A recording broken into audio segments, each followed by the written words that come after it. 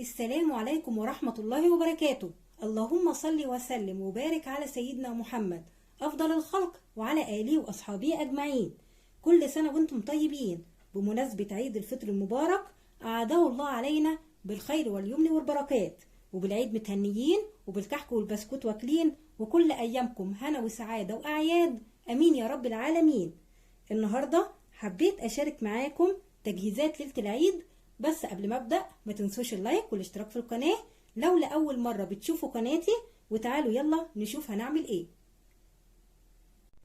اول حاجه هعمل حاجه حلوه سهله وسريعه وكل الاطفال والكبار بيحبوها.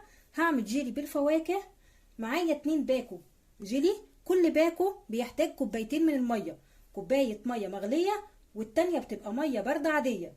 انا معايا 2 باكو جيلي فهحتاج 4 كوبايات من الميه. كوبايتين الاول ميه مغليه،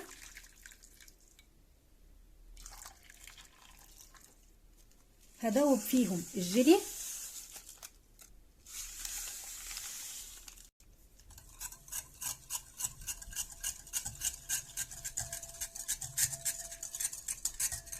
وبعدين هضيف كوبايتين ميه بارده.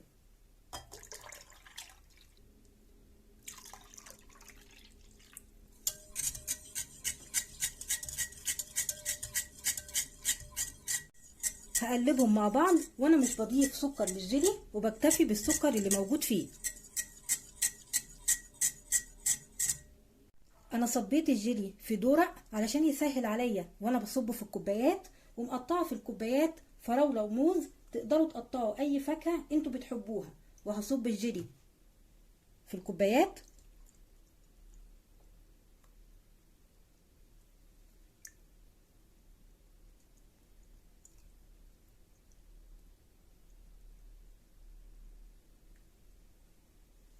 ممكن تعملوا كاستر او كريم كراميل او مهلبية براحتكم. هدخله التلاجة لحد لما يتماسك. هجهز باقي الحاجة. هرص الكحك والبسكوت في طبق او في شيالة الكحك.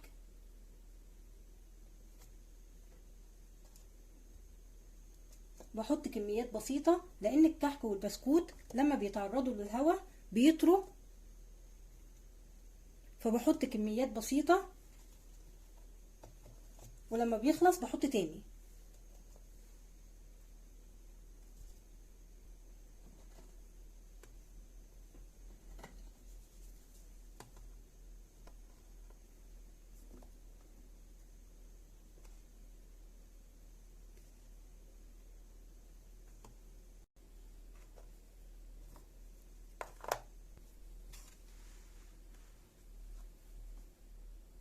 في البونبونيرة الحلوة دي هحط فيها شوكولاتة،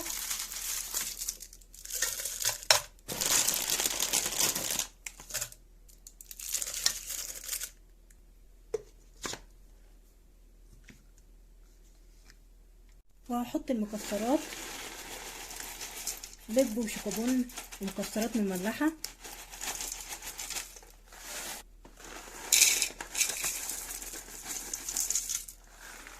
حطي الحاجة اللي انت بتحبيها والمتوفرة عندك.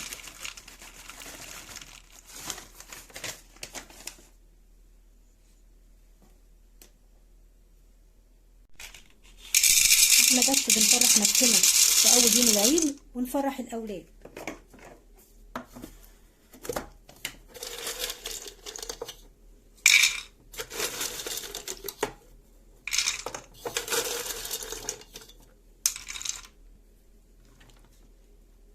وهحط ترمس،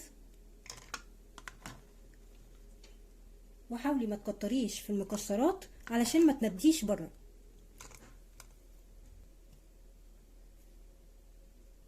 حط برضو في طبق كبير فول سوداني،